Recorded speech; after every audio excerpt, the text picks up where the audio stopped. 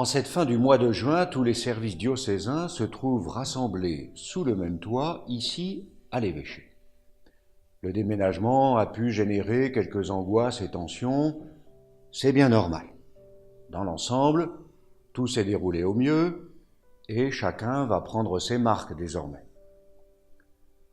On a pu comprendre les raisons qui m'ont conduit à prendre cette décision il y a 1 an, former une communauté de disciples missionnaires autour de l'évêque, favoriser les mutualisations de nos forces et le travail en commun, optimiser l'utilisation de notre immobilier et réaliser une importante économie d'exploitation. L'occasion est providentielle pour rappeler que si nous sommes bien différents les uns des autres, nous sommes au service du même et unique Seigneur, de sa sainte Église, par l'annonce du même évangile, la célébration du mystère de la foi et notre engagement de serviteur au cœur du monde.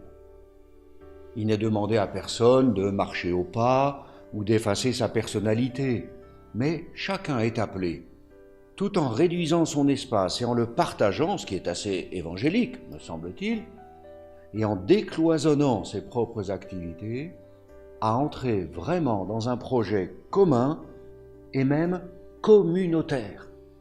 Le chacun pour soi, la revendication d'indépendance, la défense de son bastion, l'émancipation des règles communes ne peuvent pas nous aider à avancer. Nous avons vocation à former un seul corps. L'apôtre saint Paul affirme que nous construisons ce corps lorsque nous communions au même pain et à la même coupe. Cela se fait aussi dans la profession de foi, d'un seul cœur et d'une seule voix, dans le partage de la parole de Dieu, dans les services mutuels mus par la charité, dans la participation au projet diocésain insufflé par le pasteur qui nous est envoyé. La conversion pastorale et missionnaire commence par la conversion personnelle de chacun, la dépossession de soi et l'engagement généreux au service de l'Église. Cette étape importante, non seulement sur le plan matériel, mais avant tout dans sa dimension symbolique, sera décisive pour le renouveau missionnaire de notre Église diocésaine.